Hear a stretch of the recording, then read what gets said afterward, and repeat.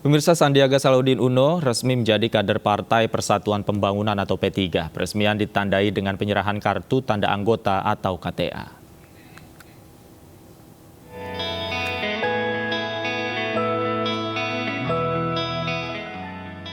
Sandiaga Salahuddin Uno resmi menjadi kader Partai Persatuan Pembangunan.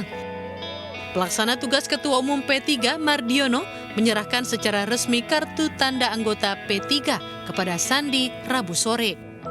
Sebelumnya Sandi melewati proses kaderisasi selama 2 bulan.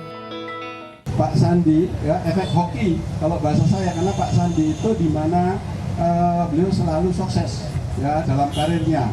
Pertama sukses di Pilkada DKI Jakarta. Jadi Pak Sandi bukan hanya seorang entrepreneur, tetapi juga seorang politisi sejati yang sudah membuktikan dirinya, keberhasilannya bisa mendampingi dulu dengan Pak Anies Baswedan menjadi wakil gubernur di DKI. Nah, sukses dan hoki itulah tentu menjadi harapan bagi P3. Sandi yang juga Menteri Pariwisata dan Ekonomi Kreatif menyatakan sudah mendapat izin dari Presiden Joko Widodo untuk bergabung di P3. Dan Sandi berjanji akan bekerja dengan tuntas dan ikhlas demi kemajuan bangsa dan negara.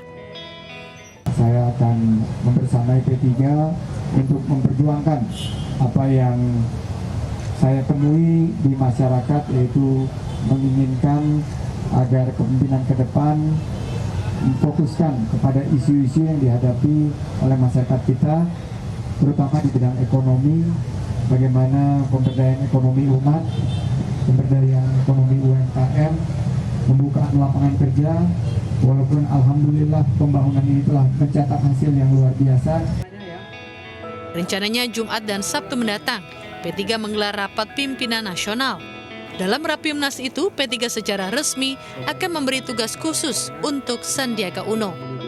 Dari Jakarta, Kevin Pakan, Sadu Santo melaporkan.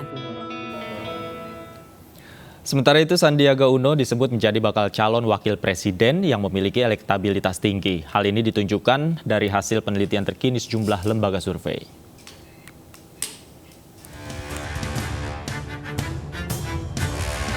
Sandiaga Salahuddin Uno menjadi bakal calon wakil presiden yang memiliki elektabilitas tinggi. Dari hasil survei Populi Center, nama Sandi menduduki posisi teratas dengan elektabilitas 11,5%, disusul Gubernur Jawa Barat Ridwan Kamil di posisi kedua. Kemudian di posisi 3 dan 4 diisi oleh Mahfud MD dan Erick Thohir dengan elektabilitas 5,3 dan 5,2%. Begitupun dengan hasil survei Litbang Kompas yang dirilis pada 24 Mei 2023. Sandi memiliki elektabilitas 11,9%, sementara Ridwan Kamil, Erick Thohir, dan AHY berada di bawah Sandi. Begitupun dengan hasil survei Carta Politika, elektabilitas Sandi meraih 19,8%. Disusul Ridwan Kamil 18,4% dan AHY 10,9%.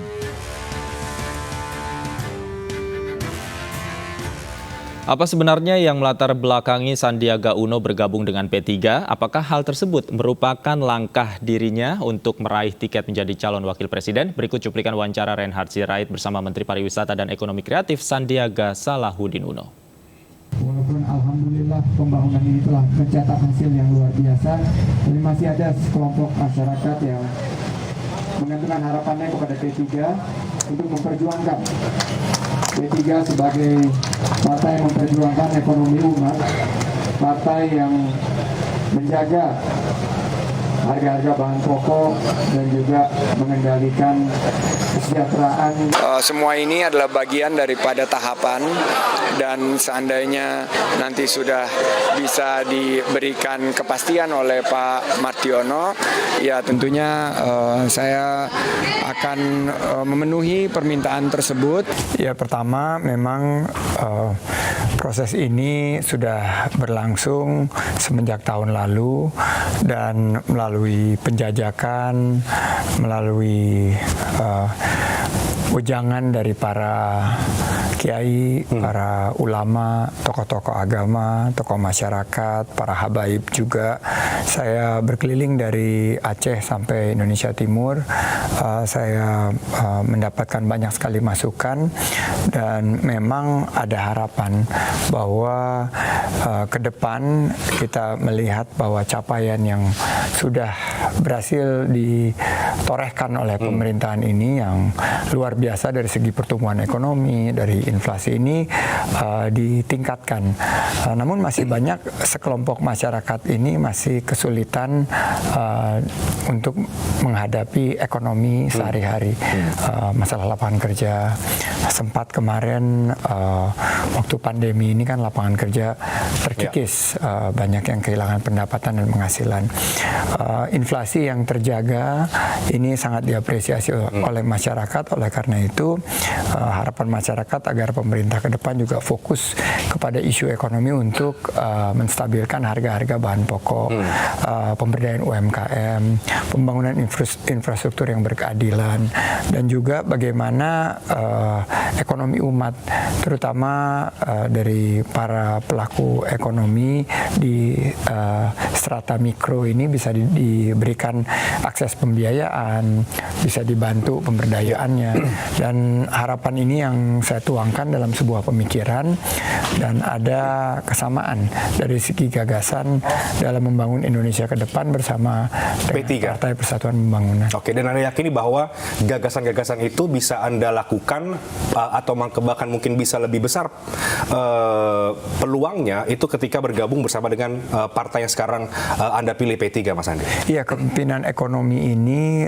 diberikan ruang di Partai Persatuan Pembangunan, sangat memberikan ruang untuk kepemimpinan ke depan itu memfokuskan pada percepatan pembangunan, pada fokus pada bidang ekonomi, di mana gagasan ini bisa dituangkan dalam program-program yang konkret yang bisa langsung dirasakan oleh masyarakat. Saya bertemu dengan banyak sekali pengusaha di bidang kuliner, pengusaha di bidang fashion dan lain sebagainya, yang terutama busana muslim yang menaruh harapan bahwa ke depan mereka juga diberikan kesempatan untuk naik kelas, kesempatan untuk mendapatkan lapangan kerja yang layak atau membuka peluang usaha. Mas, apakah dengan